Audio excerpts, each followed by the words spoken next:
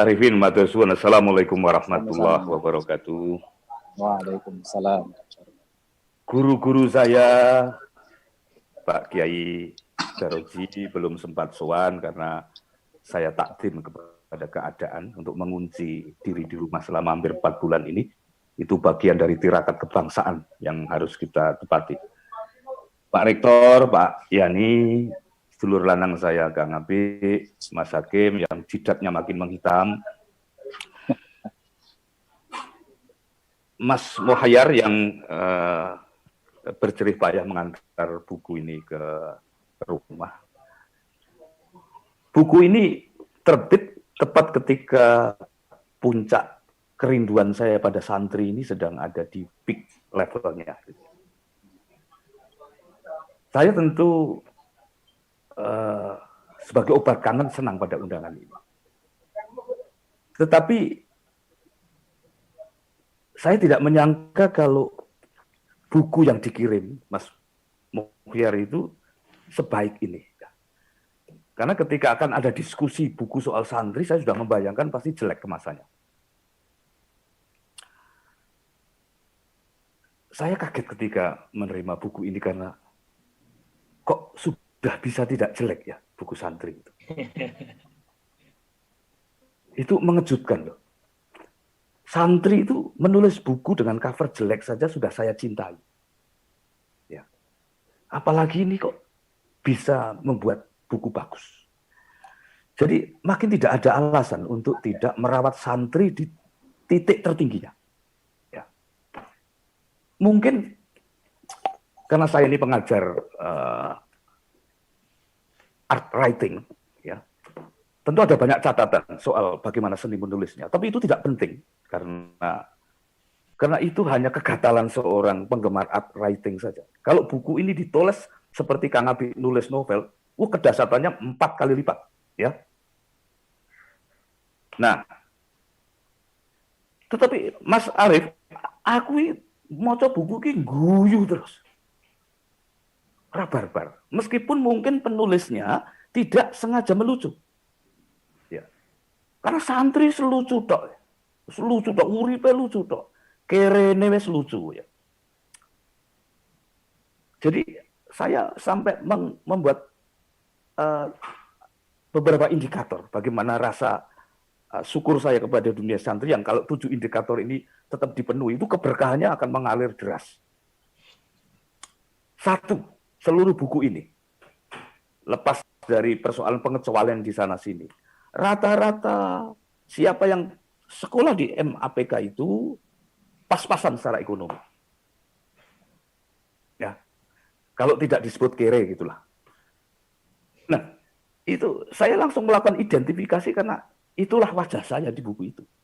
Nah, ini mewakili berapa persentase penduduk Indonesia? Pasti besar sekali. Jadi buku ini sangat bersenyawa kepada pembacanya. Kalau kemiskinan dipakai sebagai romantisasi dari buku ini. Tetapi saya tidak melihat wajah kemiskinan sebagai sebuah penderitaan. Nah, eloknya santri itu begitu. Wajah kemiskinan itu, kalau di dalam dunia manajemen itu, bukan liability, tetapi aset. Gitu ya. Nah, maka saya sedang merindukan, walaupun kerinduan ini agak cemas saya, bagaimana agar kita ini tetap dekat pada ideologi kemiskinan itu. Secara ideologis, bukan secara praktis. Karena tidak terbantahkan. Ini yang anak orang kaya itu saya lihat hanya beberapa di buku itu. Itu pun tetap dengan sebuah warna miskin. Karena spiritualitasnya. Ya.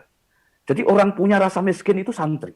Di dalam pengertian tabaduknya kepada hal-hal yang bersifat kebendaan. Jadi 1, Mas Arif, bagaimana rasa miskin itu tetap dipertahankan. Seperti Steve Jobs ketika tetap mempertahankan sampai punya Apple itu still hungry, still foolish. Steve Jobs aja punya tahu rekodnya sendiri di Apple itu. Santri nggak boleh kalah. Kedua, karena ekonominya pas-pasan, itu kehidupan santri itu berwatak dramatik. Mas Taufik, Mas Imam ketika datang pertama itu langsung berhadapan dengan asrama yang unpredictable. Ya. Walaupun dari rumah sudah diselebrasi oleh ayahandanya. Ya. Itu ada gegar infrastruktural di situ. Ya. Tetapi karena santri itu tidak membuat gegar spiritual. Karena introduction-nya dengan ayahanda itu bahwa diterima di MAPK itu adalah sebuah baiat. Jadi ada penderitaan yang tidak menjadi penderitaan, tetapi menjadi dramatik di dalam pengertian ini. Nah, itu ciri kedua. Dramatik itu luar biasa. Indonesia saat ini tidak kehilangan, Indonesia saat ini agak kehilangan soal-soal dramatik itu. Para founding fathers itu selalu dramatik. Tapi kita sekarang ini yang dramatik itu sudah banyak sekali ditumpangi oleh hal-hal yang bersifat sensasional saja. Ilmu begitu ketumpangan soal-soal yang bersensasional, selesai keberkahannya. Ya, terus pas-pasan, dramatik. Nah, kalau sudah dramanya rampung, itu lucu. Santri itu lucu.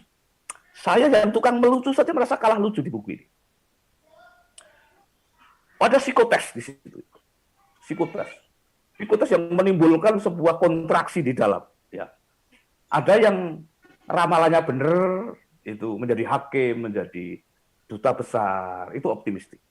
Ada yang sangat marah-marah karena sudah sekolah begitu bersusah payah, sampai di sana psikotes itu hasilnya hanya merekomendasi menjadi tukang jilid buku. Marah santri ini.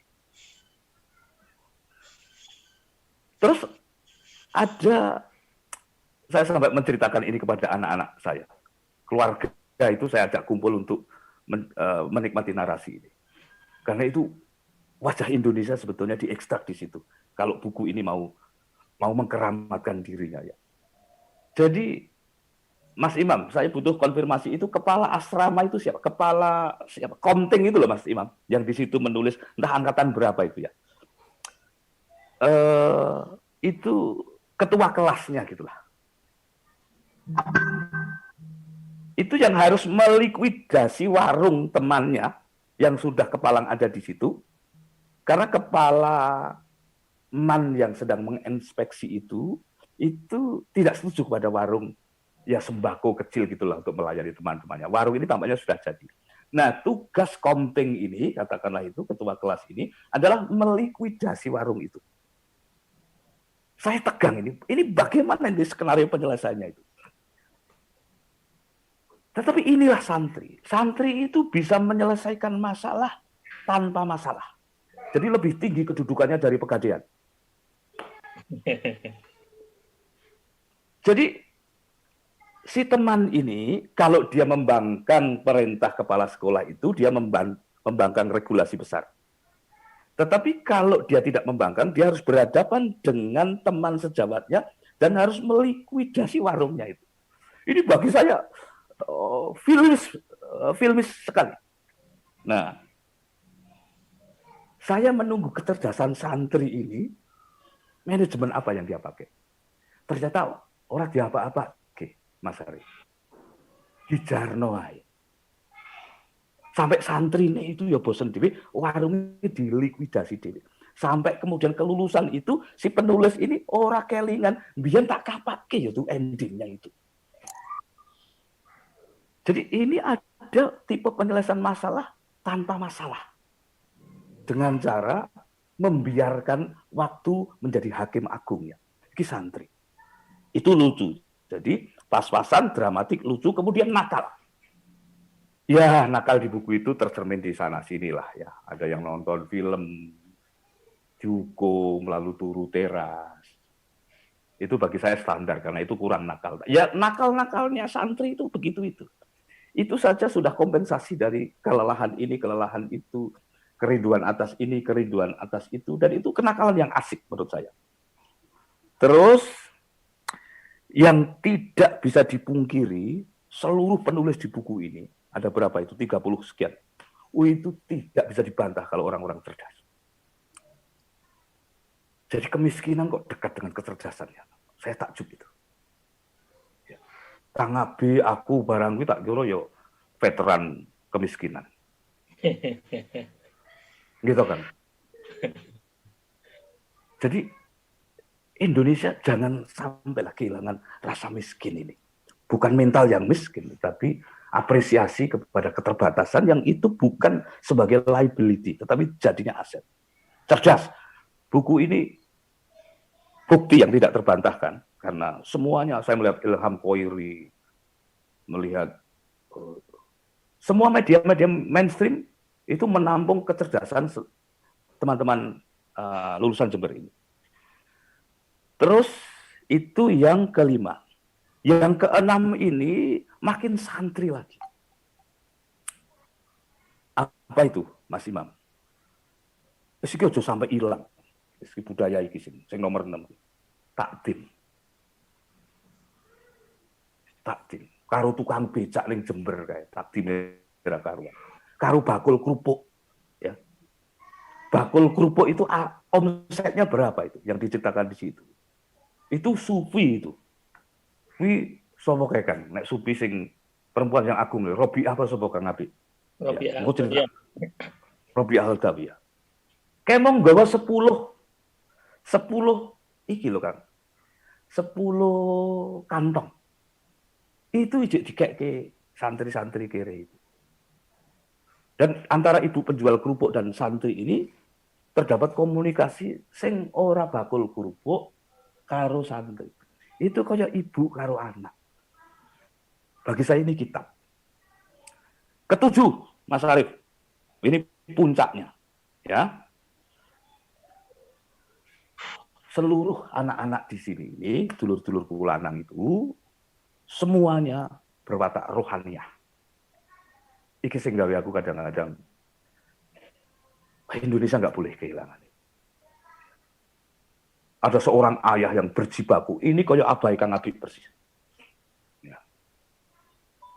Waktu mentirakati si bocah iki nganti tekan Jember itu yang repot bapaknya.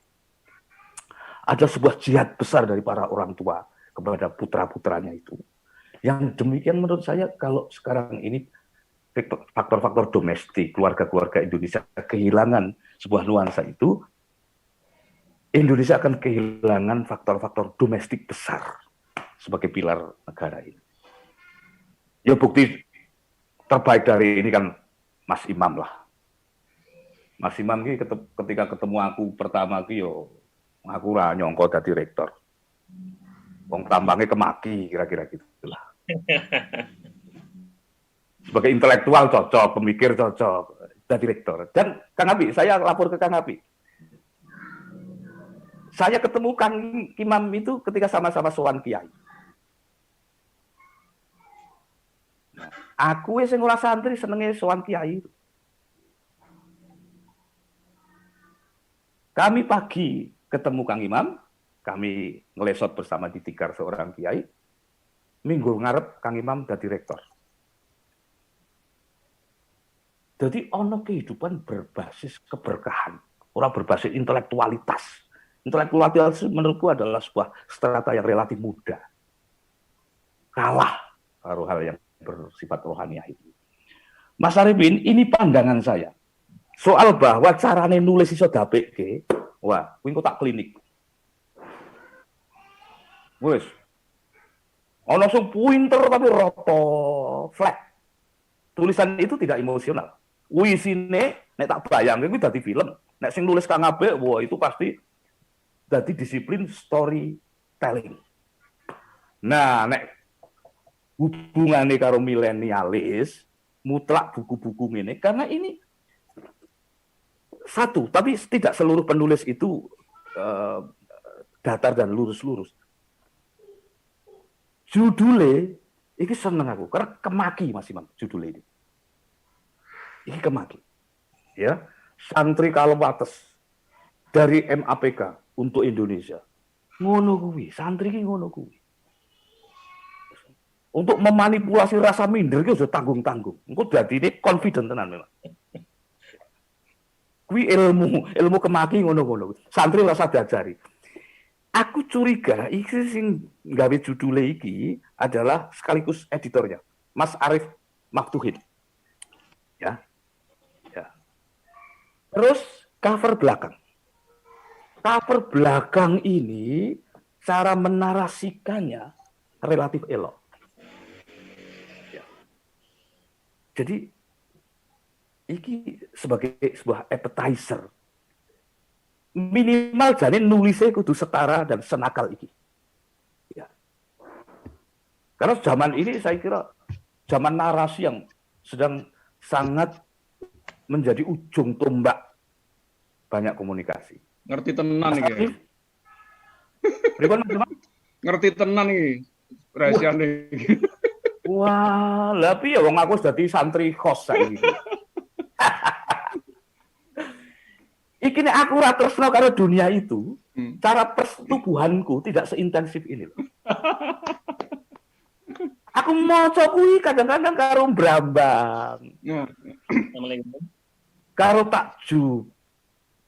Karo bersyukur. Kalau sistem pendidikan di Indonesia seperti itu, ustadz-ustadz yang diceritakan di dalamnya itu kelasnya kelas guru. Itu pedagog-pedagog besar itu sebetulnya. Ya keguruan itu basicnya tak kira ilmu itu ya standar lah, kudu alim lah. Tetapi ketulusan itu loh. Tercermin di situ. Tanpa teman-teman ini menceritakan secara khusus ketulusan para ustadz-ustadz itu, tapi tercermin. Ndahno kaya ngopo, nek kanca-kanca itu iso nulis dengan sangat lebih baik atmosfer itu. Itu iso dus keringet karo dus eluh itu maca buku iki. Iya. Ya, jadi soal-soal yang bersifat emosional, awake dhewe nek mandeg ning intelektual itu garing. Karena kabeh wong pinter saiki. Nggih, Mas. Padahal iki covernya sudah more than intellectual. Iki wis ono faktor-faktor emosional. Ya. Ora foto kayak gini, ngono kuwi ora. Tapi sarung di 3,5 dan sarung simboliknya. Ya. Mas Imam, aku usul agar pengkeramatan kepada nilai-nilai semacam ini, entah bernama pengkeramatan terhadap institusi, kepada derivat-derivatnya, kepada ikatan alumninya, itu diekskalasikan. Ya. Dan jadi semacam jurisprudensi di Indonesia itu. MAPK boleh rampung, tapi kerohaniannya orang itu rampung. Ini 7 item tadi itu, siapa sih bisa madai dari sing pas-pasan sampai kerohanian tadi itu. Nah, pumpung jenengan dadi rektor to Kang Masku, kuwi tak kira kuwi itulah kenapa anakku tak sekolah ning UIN. Matur nuwun. Kang Abe, Romo Ahmad Daroji, Pak Yani, itu yang bisa saya persembahkan. Aku sampai kerenggosan loh, Kang. Iki ora dolanan iki, iki fatwa kelas iki. Wabillahi taufiq wal hidayah. Wassalamualaikum warahmatullahi wabarakatuh.